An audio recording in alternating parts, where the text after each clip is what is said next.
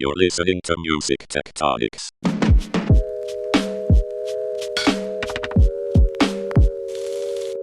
Welcome back to Music Tectonics. We are still excited. Tristra, are we excited? We are still way excited. It's crazy. We've got a buzz from the Music Tectonics Conference that was just a few weeks ago, and we're not going to do endless episodes about it, but we are going to do another one here because, Tristra, you brought the mic out at Music Tectonics. Yes, it was really, really fun. I cornered people during our closing reception and asked them what they learned, what they were thinking, what they had on their minds, what they were most excited about.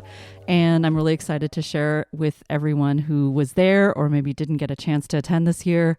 But yeah, I hope you get to a little bit of the vibe of what was going on there. That's the voice of Tristra Newyear Yeager. Oh yeah, I forgot to introduce myself. That's me. Yeah. Hi. She's the director of strategy at Rock, Paper, Scissors and also my collaborator on this podcast. I'm Dmitri, Vietze, the CEO and founder of Rock, Paper, Scissors, the PR firm that specializes in music tech, and the crew that puts together the Music Tectonics Conference, which was in Santa Monica, October 25th through 27th at various venues. Hey, I haven't got a chance to talk to you about the opening keynote by Mahan Zanussi. I talked about it on the last episode, but I'm curious what your takeaways were. Well, I think Mahan raised in a very, very funny way. I mean, I have never laughed so hard at a keynote, and I wasn't laughed at the content of a keynote. just to He's set a the funny record guy. straight. He's very, very, very funny. But one point that he made that I thought was extremely valuable was that we really need to stop thinking about music in terms of distribution methods. So the legacy model is really based on distribution on what he called the pipes of getting music into different places and selling it there or selling other things using music there.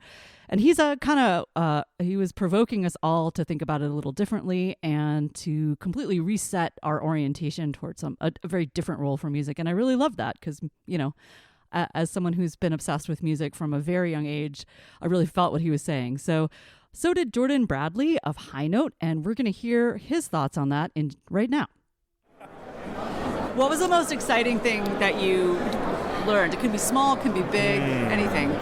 I've really enjoyed the focus on the thematic focus on where the industry is going and how the conference sort of opened. Like the opening keynote was about establishing kind of a way to think about the future and what those themes are going to be. And so participation with music, audience participatory experiences, things like that. So I appreciate that sort of set the tone for the talks to come and like that the conference had a perspective, perhaps, or rather led to believe that the conference had a perspective on what the future of music should look like and what the future of music technology should look like and how they wanted participants to the lens through which they wanted participants in the conference to think and explore and have conversations with each other. I love it. Thank you. Yeah, thank you. That was cool. Jordan was awesome. It was so fun to meet so many folks in person. I had not actually even talked to Jordan before, but really interested in what High Note's doing. So glad you got a chance to talk to him. I mean, that's what's so cool about Music Tectonics is all these people who we may hear about or even people we haven't heard about that are kind of coming out from all over, not only America, but the whole world are kind of converging in this one place. And it's super cool to hear about all the startups. And we actually had people as far away as South Korea, Norway, India, of course, the UK, lots of folks from all over the place, which was super cool. And it was really great to hear from people that were coming from all sorts of places. I mean, some just from the Bay Area, but some from Norway and some from as far away as South America, South Korea, just to hear how they felt there. And the awesome thing was everybody felt super at home and everyone found something that made them think. So now we're going to talk a little bit to Matteo Ghini, Sixmar Diaz, and Andrew Stess and hear what they felt when they were running around Music Tectonics. Hi, my name is Matteo. I'm the CTO of Krist, a live event management software from Norway. Yeah. And what was the most interesting thing that you heard, learned, thought about here today at Music Tectonics? I find the talk they had on live event tools, I found that to be very interesting, seeing how the US market and the European market is much more alike than I would have expected. Oh, that's cool. What what were the similarities that surprised you? Their absolute lack of software. Yes. How spreadsheets and analog means still kind of, that's the name of the game. And how, even though, you always envision, at least everyone outside of the US, envision you're like this behemoth in front of us just solving everything better than we do. Yeah. And all of a sudden it turns out, no, it's basically the same. Yeah. Jose, if you're looking for solutions, America may not be your first stop, depending on what you're looking for. But for customers, it's very nice. Yes. Awesome. Thanks so much, Matteo. Always. My name is Sixmar Diaz, and I'm the marketing director for Lyric Find. And what was the most interesting thing you heard or learned or thought about today? Well, this is my first Music Tectonics, and I loved it. I have attended other events, and this is kind of a family. There is kind of a culture. Everybody's so welcoming and so eager to learn and see new things. And I was really inspired by the atmosphere. Wonderful. Thank you so much. I'm Andrew Stess from Stessco Consulting, and I'm here with Tune Global and Music Story, and I love this conference because it brings everybody together. I see everybody that I already know, people I want to know, and people that I can help companies grow with, and for me it's just a fun event that brings everybody together. One of the things that I love about some of the things you captured was hearing what people actually picked up while they were there. Because obviously, I mentioned we're excited to have people come out of all crevices, all corners of the country and the world, but also to hear the ideas that people came across. Yeah, there was a lot on offer, and I personally felt overwhelmed by just the sheer volume of everything that was there. But I love how people really homed in on certain elements and ideas. And now we're going to hear from a few more people and what they took away. We've got Dani Deahl, Fred McIntyre, Kristen Juel, Ethan Clift, and Juan Torres. We're going to hear their experiences at Music Tectonics. My name is Dani Deahl. I am the head of communications and creator insights at BandLab. I'm also a producer, I'm a DJ, and I am the president of the Chicago chapter for the Recording Academy. So that's a lot of words. Awesome. And who are you? I'm Fred McIntyre. I'm an advisor to a whole bunch of startups and venture funds, one of which is BandLab. Yeah, awesome. And and I was a judge in one of the earlier rounds of the startup pitch contest. So what was the most interesting thing you heard, learned, or thought today? Here, who wants to go first? First victim. I'm going to not go for the low-hanging fruit and go for something that is completely outside of my field. I wound up stumbling into a panel that was about technology that can help the live music space.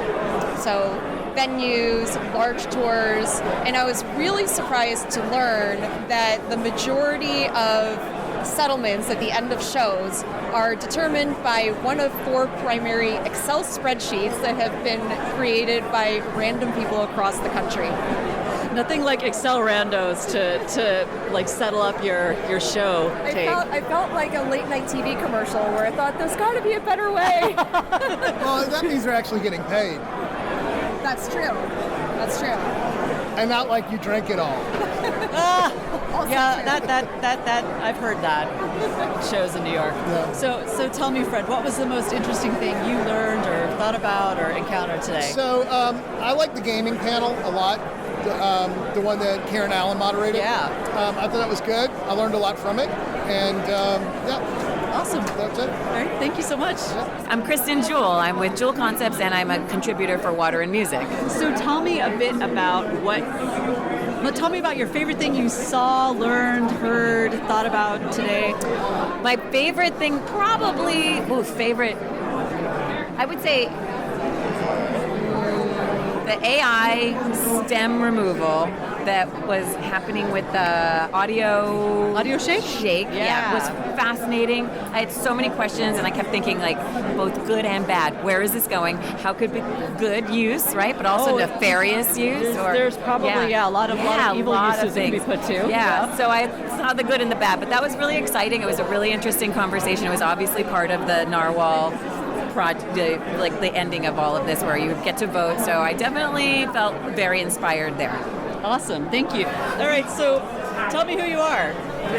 Juan Torres, Prism FM. Awesome. So what was the one really cool thing you learned, heard, thought about, pondered at today's conference? Ooh, that's a good question. Well, one of the things I came in to the conference for was to make new connections, figure out spaces near what we do in behind-the-scenes live tech, to understand like where we can go in the future. And today, I feel like it's been 2 days of conferencing, but I have met people adjacent to tech that we do that when I go home, I'm going to think about how do we work with these people in the future, what can we do? So yeah, it's been a lot. I'm probably dating myself with this, but I just imagine Voltron, like you're instead of a music, a live music tech sort of Voltron that would create this giant mech. Yeah, that's how I think about it as well. So yeah. I'm Ethan Clift. I'm the CEO and co-founder of Tonic Audio. And what was what was one thing that you saw, learned, thought about, pondered? Yeah, so I love this panel. There was a panel about sexy A&R data. And I loved it because I learned so much because I came from another industry. So for me, like, I don't know a lot of like how the black box of the music industry works. And so hearing it like straight from A&R folks at like big labels was so helpful. And it gave me some ideas, some insights in how we can change our product to actually help labels. That's amazing. Yeah. That's awesome. Thank you. Oh, one more thing. Dmitri, we talked to Bass Note before the conference, and they hadn't launched yet, as far as I recall. So I really wanted to talk to Mike of Bass Note and hear what the launch was like, where they were, and he tells an amazing, funny story as well as gives us a quick update. So check this out. Mike Cieslak, one of the co-founders of Bass Note. Cool. So we talked to Bass Note a bit before you guys launched, and I'm curious how things are evolving, what the launch was like what's going on in your world. Yeah, so during the launch, we definitely found, I would say, some of our most favorite unexpected hiccups in doing things. So best bugs ever. Yeah, not necessarily bugs, but it's just one of those things where you always say like expect the unexpected. Yeah. Or nothing's going to go according to plan when you launch. So we had some very fun challenges with legal paperwork in terms of setting up LLCs, making sure that we get everything approved. Because again, we're doing this through the Reg CF carve-out. Yeah. And so it's really important to us that we meet those regulations. We think it's very important for both the artist and the investor side. It builds a lot of trust in both sides, and I think really is structured in a way where it's going to help people have confidence in what we're doing. That doesn't mean it's always the easiest thing to get through. So, for instance, one of our artists, they have the name Bank. In his name is the name Bank. So when we filed some of the legal paperwork, we were set back quite a bit because the state of Delaware came back to us and said, it looks like you're trying to create a bank. Can you please file additional paperwork to clarify that you are a bank and you need to do X, Y, and Z? And we're like, no, we promise this person is not actually, in fact, a bank. That's amazing. So we did a few things quite like there, but that one's like, super entertaining, for instance. So I think for launch, we were really prepared on, making sure everybody was there, up and running, and their offering was up. And then this week we basically started kicking off all of the big marketing pushes to drive people to the app and drive investments through. Awesome. Well, thanks so much for the update and for the amazingly hilarious story. It's very rare when you talk about filing paperwork in Delaware and you get a laugh out loud anecdote like that. So it's truly a gem. In my entire career, this has been my favorite, unknown that's popped up and been like, okay, all right. Artists, beware if you're trying to get the regulatory stuff, and just make sure that it's clear that you're just named bank and you aren't actually a bank. Anyway, all right. Awesome. Thanks so much. Oh, that's so cool to hear about everything they're up to. Mike did a great job on a panel at the conference as well. You know what else was super cool was the Swimming with Narwhals Music Tech startup competition that we had. This is our third year in a row doing this conference. It started online, so this is the first one that we actually did the final in person, which was super cool. So we did a call, and keep an eye out, startups. Keep an eye out for next year. Probably late summer or so, we'll announce the next competition. But we did an international call for startups, and we had judges outside of our organization help us vet the top 10. We had semifinalists. We did the semifinal online. Again, we have judges who are investors and strategic partners that were helping us make those decisions. And this year, we had the following 4 finalists that pitched in person: Audioshake, which uses AI to open up songs to new monetization and creative possibilities by separating songs into their stems and instrumentals, which you'll hear about more in a minute. Opener, Dre Wallace, has a cloud-based double-sided marketplace platform that uses data to connect musicians with concert organizers, offering opener performance opportunities. Toonie, presented by Anthony Demikin, is an adaptive music engine and creator tool, making it easy for creators to soundtrack their videos. And finally, Victors. Mark Bamford was everywhere at the conference. His company takes video content to the next level by capturing audience engagement within the videos. And I have to say, the live pitches were so impressive. I mean, the judges really had a hard, I would have had a hard time as a judge. I mean, judging which of these was most worthy. There were some great questions that the judges asked. They were super respectful, but very incisive.